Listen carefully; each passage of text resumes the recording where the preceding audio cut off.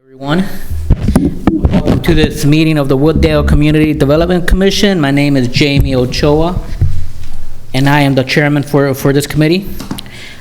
Ms. Secretary, can we please do a roll call? Ms. Zedko. Here. Mr. Peterson. Mr. Parenti. Here. Our newest member. Mr. Sir? Taw. I'm sorry. Taw, T-A-U. Mr. Taw. Yes. Welcome. And Chairman Ochoa. Here. The CDC has a quorum present. With that, we'll move on to business items. We need a motion to approve the minute meeting from April 15, 2024. Make the motion to approve the minutes, April 15th, 2024. Second. Second it. There being a motion and a second, all in favor signify by saying yes. Yes. Yes. All those opposed signify by stating no. The motion carries, the minutes are approved. Moving on to our public hearings. Mr. Conway, as chairman, I request that you serve as the public hearing facilitator. Certainly, Mr. Chairman.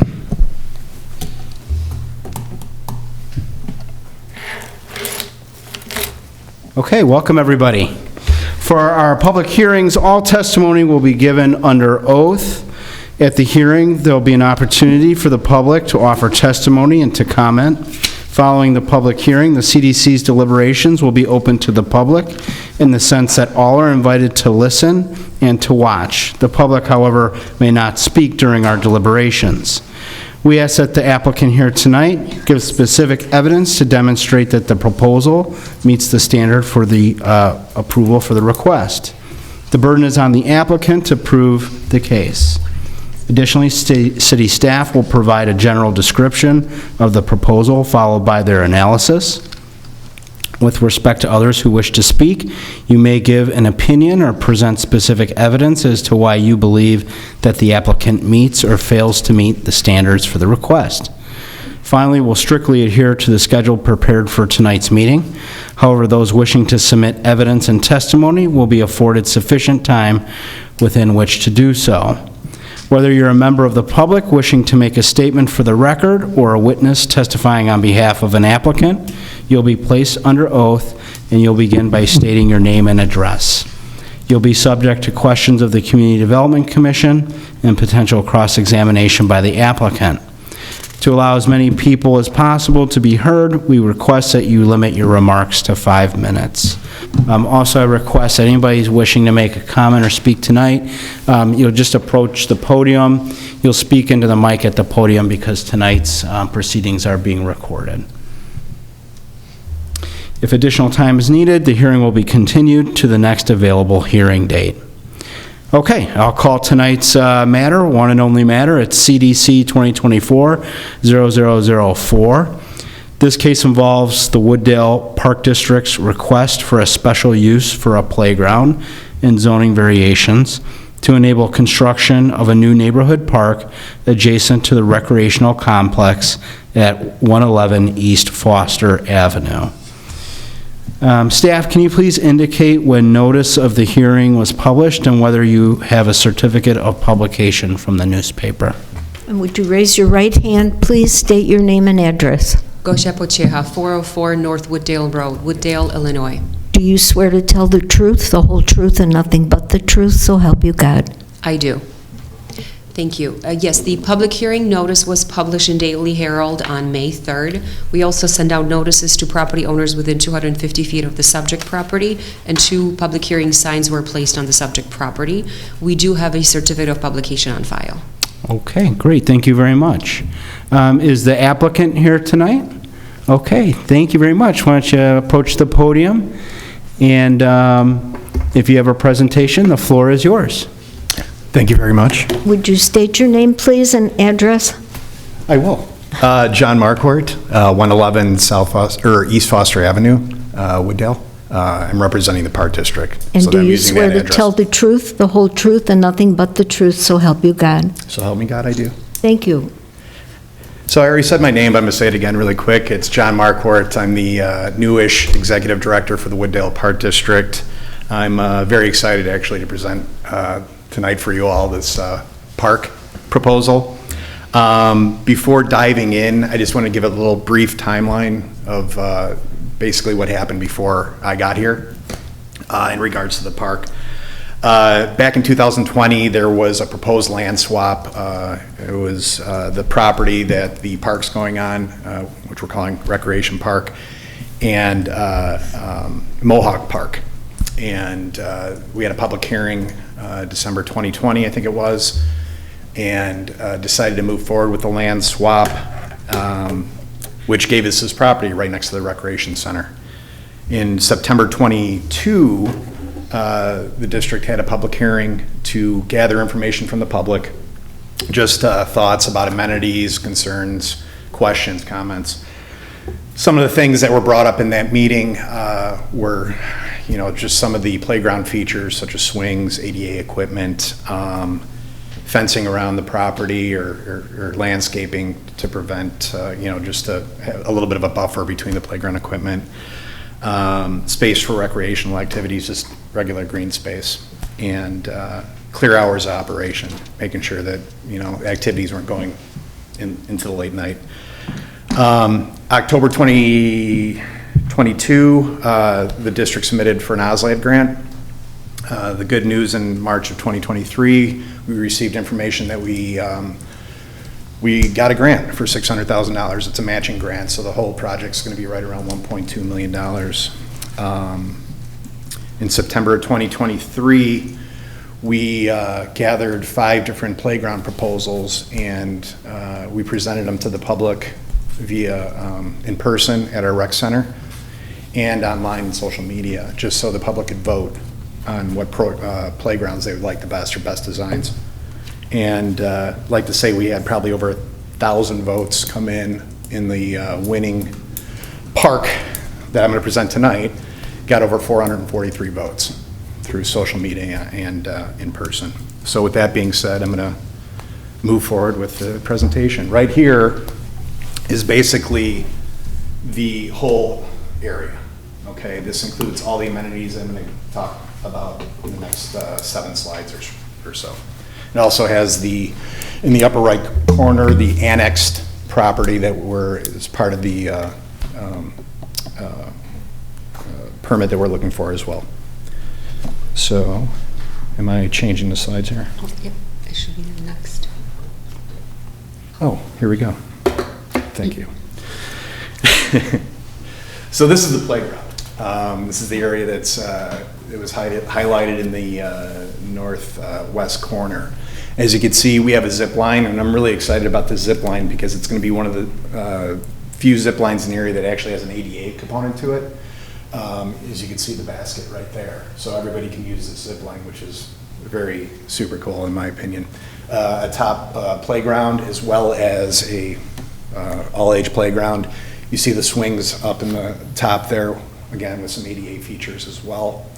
2 components that we added to the design, again very excited about, are 2 ADA playground pieces of equipment. One's called an Orbit, where kids can enter, kids that have mobility issues can enter into like a gated area and they can spin around. I thought it was really cool. And then there's a sensory sort of challenge feature, which you wind up, it's self-propelled, so you wind it up, and then these red lights blink, and the kids have an opportunity to test their, how quick they can hit all the lights, and it keeps a score in front of them. So, very cool. This is our challenge course. I had to write this down because some of the pieces are sort of interesting. They have frog steps, that's the one I had to remember. Monkey bars, right in the middle there to the right, it's called tippy toes, which is like what the pro football players do with the tires. Over-unders are the ones to the left there, and parallel bars. There's a component that, actually that's blown up, but just north of there, there's gonna be an artificial 40-yard dash, so kids can do sprints. I thought it was a very cool component. And then our pickleball courts. This is another feature that we added. There's gonna be 4 pickleball courts, 4-foot fence around the west, south, and north, 8-foot fence to the east. fence in between the courts to prevent balls from going, obviously, back and forth from the courts. We're going to have a tennis court on the northeast end of the property that's going to be dual use. There's going to be stripes for pickleball in case those 4 courts get overloaded. These are 10-foot fences around there. And our wonderful gazebo that we're going to have right outside the playground area. So guardians and parents and whatnot can hang out in the shade while the kids are running around. We're going to have 2 tables underneath the gazebo with checkerboards on top. And for the planting schedule, I had to write this down as well, so bear with me. We're going to have trees and bushes all around the area. It's going to be a very wide mix of serviceberry, dogwood, eastern rosebud variations, and it's going to be very, very beautiful landscaping. We're also going to have, and I'll bring it back to the first one, I'm sorry I didn't bring it up quick. We're going to have a walking track area, which is going to be a mix of concrete and black asphalt that's going to circulate the property.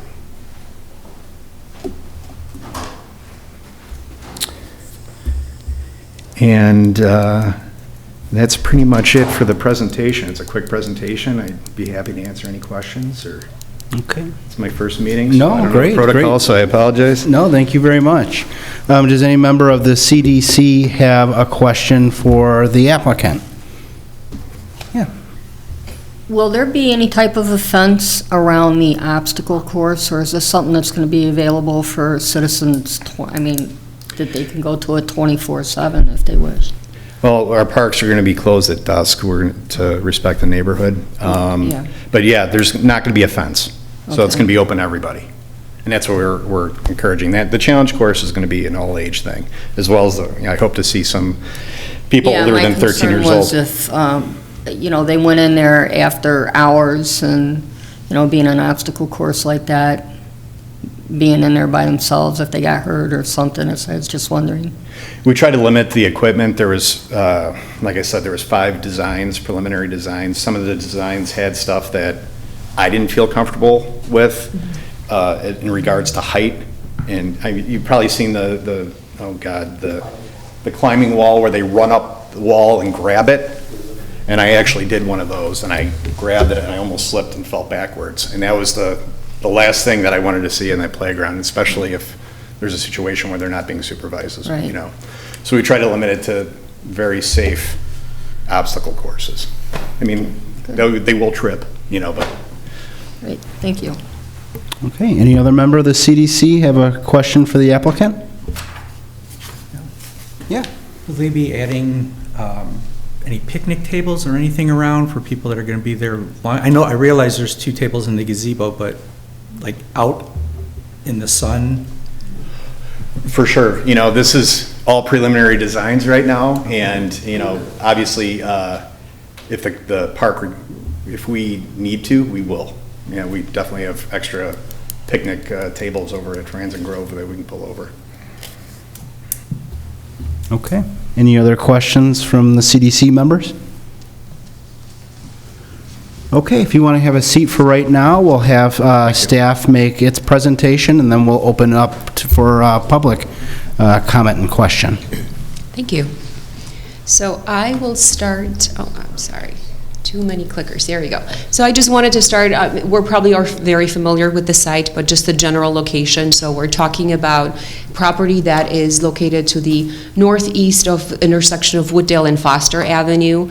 The site currently houses the Park District's recreational complex facility, but there are 5 parcels that are currently vacant that are adjacent to it that are subject of this petition, along with the recreational facility. There you go. So first I wanted to look at the zoning map real quick. So the subject property actually consists of, as I mentioned, the recreational complex, which currently is zoned R1, which is our residential zoning district.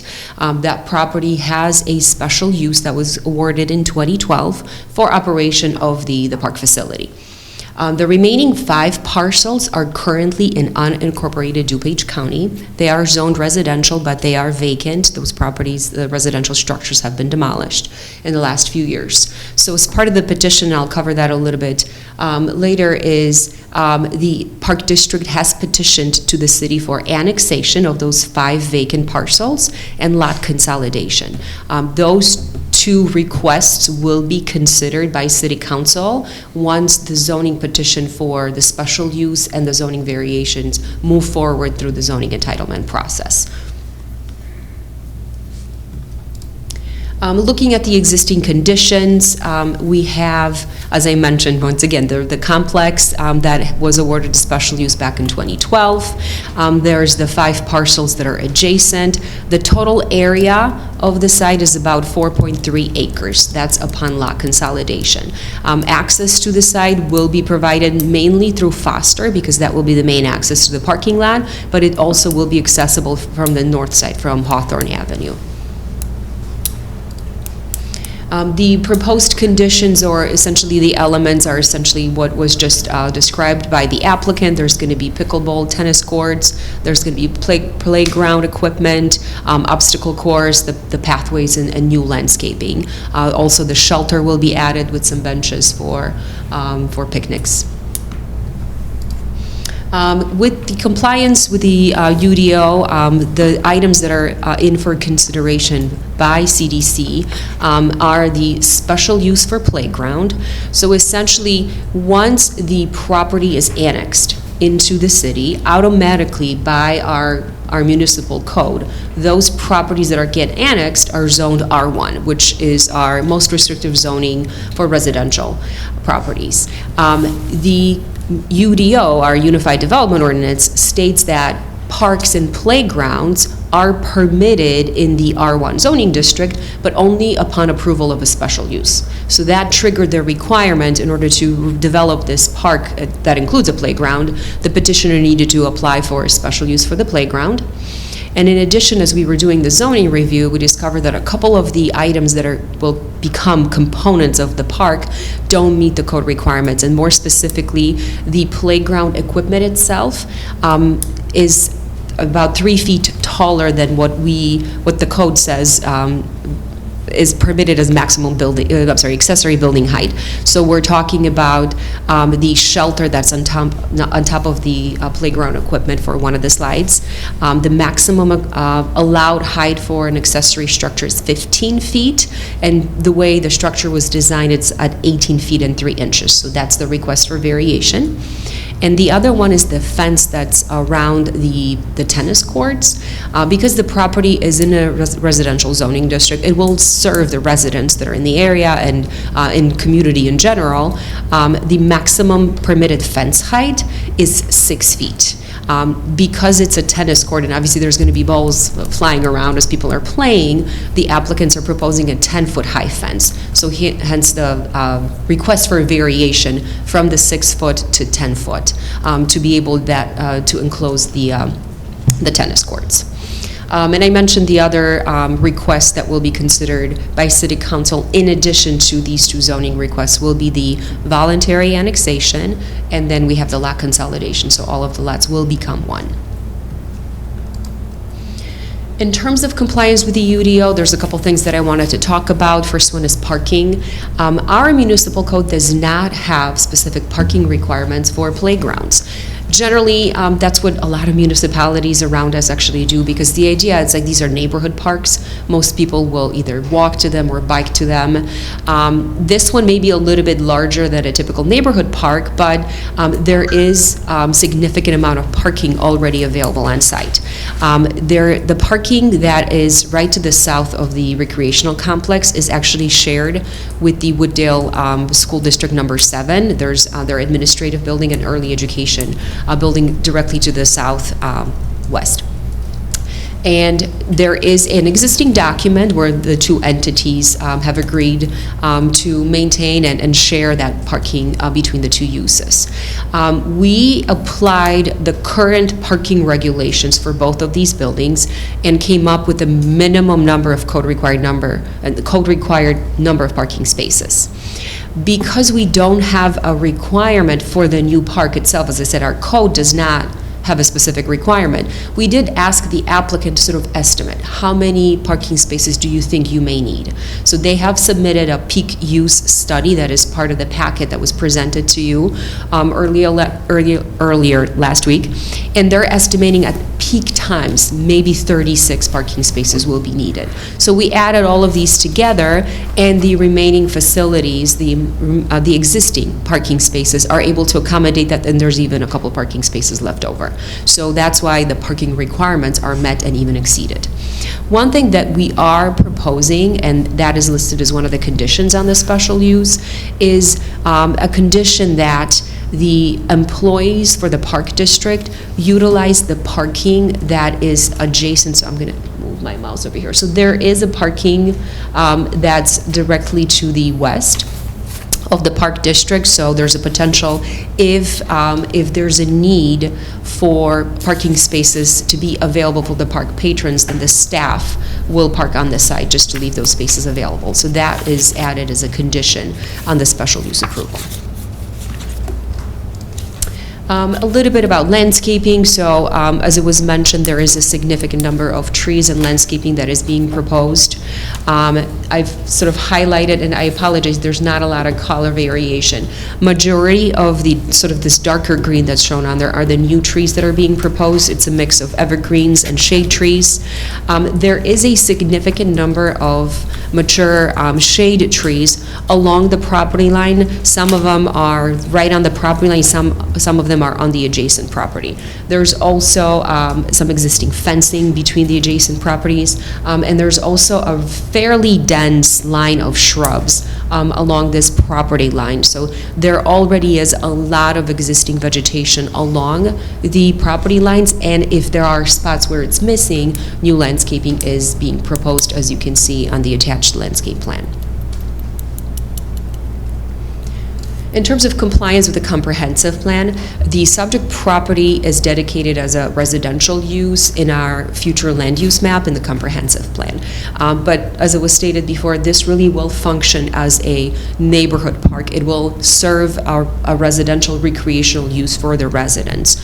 It will also help to achieve at least a couple goals from our comprehensive plan, and one of them is to actually have this improving community services by working with different intergovernmental coordinations, and we also have managing development to enhance recreational amenities. So it does support the goals and objectives of the comprehensive plan. In terms of public comment, we have not received any as of this meeting. And that takes us to the recommendation. So CDC staff recommends that CDC recommend approval to City Council, as we feel that this proposal is consistent with the comprehensive plan and with the UDO. We are proposing few conditions to be added, which are fairly typical for any special use applications that come through the zoning process, and these are highlighted in here. The first one is that parking one I mentioned, is the fact that the staff would be parking outside just to leave spaces available to the park patrons. Number two talks about the fact that whatever actually gets constructed on site should be in conformance with the documents that were submitted in this packet that will become part of the record. Number three says that the special use will be tied to the property itself as opposed to just to the applicant. So this is something that will sort of live with the land and will continue. Number four, final engineering approval. So obviously the project will have to go through a permitting process, which will include engineering review. So final engineering approval was required. And lastly, it's the obligation to maintain landscaping. So obviously we have a specific landscape plan that's being proposed, and over the years, if maybe some trees die out, the applicant's responsible to sort of keep up the same landscape plan that was approved with this development. And that concludes my presentation. Thank you. Okay, thank you very much. Are there any members of the CDC that have any questions for staff? Sorry. Have you foreseen any need for additional sidewalks along Foster and along the northern end of the Park District?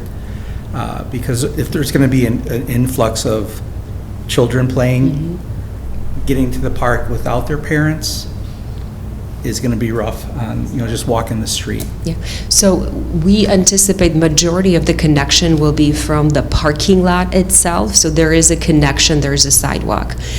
There aren't, because the area is unincorporated DuPage County, the city doesn't really have that connection. So in a lot of projects, we typically tend to connect to existing sidewalks, so there's potential, like maybe if there's development in the future and there's ability to make the connection to something that's existing, that's something that the city could consider in the future. Okay, any other questions from the CDC members for staff? Do we know if there's any cameras or any emergency phones on the playground area for the kids, in case something happens? We don't have anything right now. You know, if you could just step up to the podium. My apologies. We don't have anything in the works right now, but we definitely could add them. Just for safety, I mean. Yeah, I mean, the rec center would be open most of the time in regards to emergency phone. I know So- people have phones, but, if No, something but I happens mean, on the yeah, playground but or something the there. facility's going to be right next door, so, for 90% of the time it's open. Any other questions from the CDC With, members? if I heard correctly, there's a plan for an entrance on the north side, Hawthorne, to the park? To the park entrance on the north side of the park? No, so it will be close to it, but there isn't a connection specifically to Hawthorne. The main connection to the park will be, and I'm looking at the wrong one. This one. There we go. The main connection is right, so this is the existing building, this is the parking lot, and there's a new connection being proposed. And there's the sidewalk and the walkway really goes all the way around the property. So there is no entrance on the north side of the park? No, but I mean, it's a neighborhood park, so technically you could access it from the north. Is there a There's not plan- going to be a fence or anything that would There's no prohibit plan to you. put a gate or anything on the north side, or anywhere else outside from Foster? Not right now, no. I don't know, why don't you ask the applicant? There is, it appears on this map, there's a driveway on the back side. Is that for deliveries for Park District? Right there, yeah. If, There's it's a garbage area there too, so it's, but yeah. if we're having ADA compliant playground equipment and things, getting someone in a wheelchair there would be good to have access at that point because it's nearest to the path of the park and nearest the playground. Well, we're also going to have parking that ties right into there as well, so we'll have. At the nearest handicap point. parking ramps right here that will tie everything together. There's ramps that go with it. There's, and my understanding is that there's no entrance into the building at the rear. Into the building. I'm Into sorry. the building, yes, at the Yeah, rear. of I the mean, fac- there's a service entrance, but it's primarily used for deliveries and garbage. Okay, are there any other questions for staff or the applicant? Yes, I'd like to know if there are any security cameras in the center itself that might be able to be used. There, I would have to double check if there are ones facing the actual green space out there, but there are security cameras in the building and outside the building that If not, focus at maybe the parking lot. some could be provided for a minimum security. For sure, for sure. Okay, thank you. Okay, any other questions for staff or the applicant? Okay, so what we're going to do now is we're going to open it up for public comment and statement. Is there any member of the public who has a comment or a question in regards to this project? If so, I'd ask that you please approach the podium. Okay. There being no further public comment or question, at this time, I'll make one final call for any questions of the CDC members for staff or the applicant. Okay, so for the benefit of our new member, I just want to explain the process a little bit on how we go from this point forward. Right now, we're in the portion called the public hearing portion. This is where we take in evidence, any documents, any testimony, questions, things of that nature. After this piece of the public hearing, we will close it once all the evidence is in and all the questions have been asked. And then we proceed to what's called deliberations. And in the deliberations, that's the time for the members to discuss this proposal amongst themselves, offer their opinions on it. But at that point, there'll be no more opportunity to ask questions of the applicant and staff. So we're really at that point. Any final questions for applicant or staff? Okay, so what we're going to do now is we're going to do a motion to close the public hearing. Can I get a motion to close the public hearing? Motion. Okay, I have a motion. Is there a second? Second. Okay, any discussion? Okay, so now what we're going to do is a roll call on voting just to close the public hearing.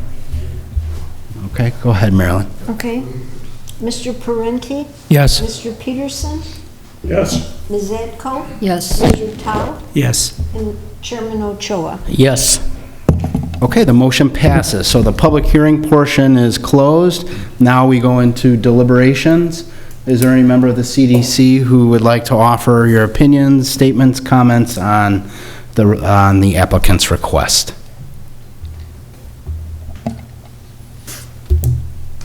I'll go first. Great job by Park District leadership on getting this dollar for dollar grant. Did I hear that correctly? So, awesome job. Kudos. And let's get this thing done. Okay. Any other members have any comments or views on this proposal? Okay, so now we're going to go to the voting portion on this proposal. I'm going to propose a motion. It's quite lengthy. It's that way because these are legal proceedings, so we need to make sure the entire request is made part of the motion. After I make this proposed motion, we will vote on it. If you vote yes, you're voting in favor of the applicant's proposal. If you vote no, you're voting to recommend denial of the proposal. Okay, so I'm going to read the motion now for the record. Based on the submitted petition and the testimony presented, the proposed special use and zoning variations for an increase in accessory structure height from 15 feet to 18 feet 3 inches, and an increase in fence height from 6 feet to 10 feet, meet the standards of approval and are consistent with the UDO and comprehensive plan.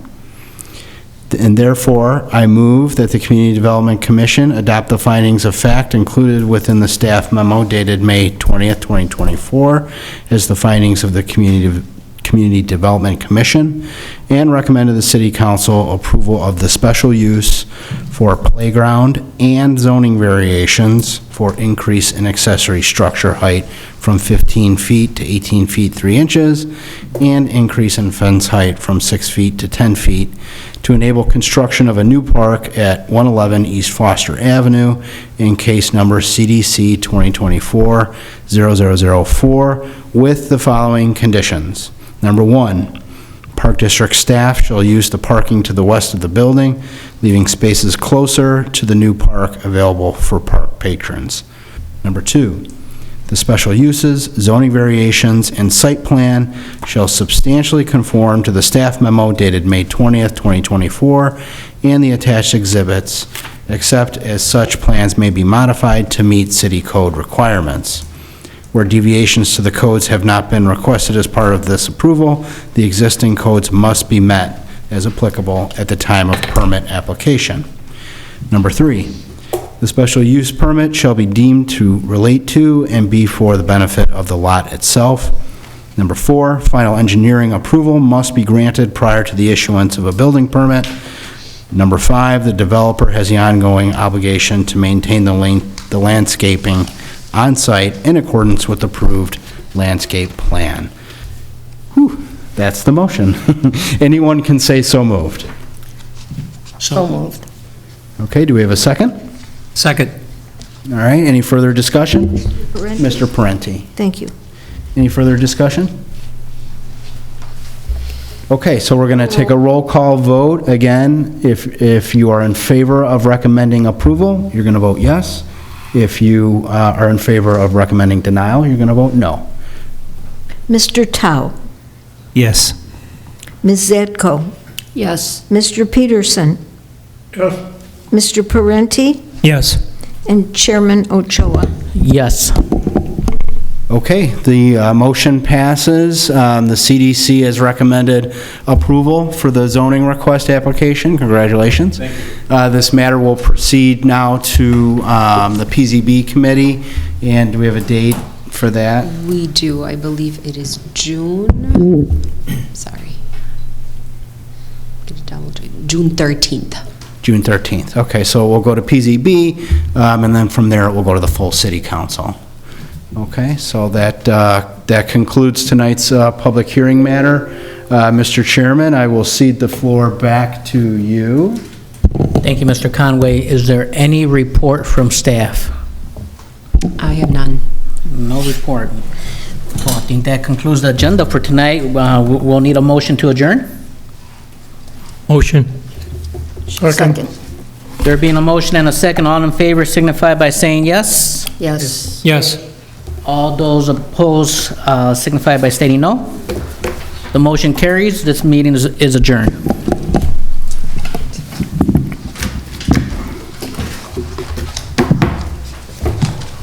Exciting. Thanks.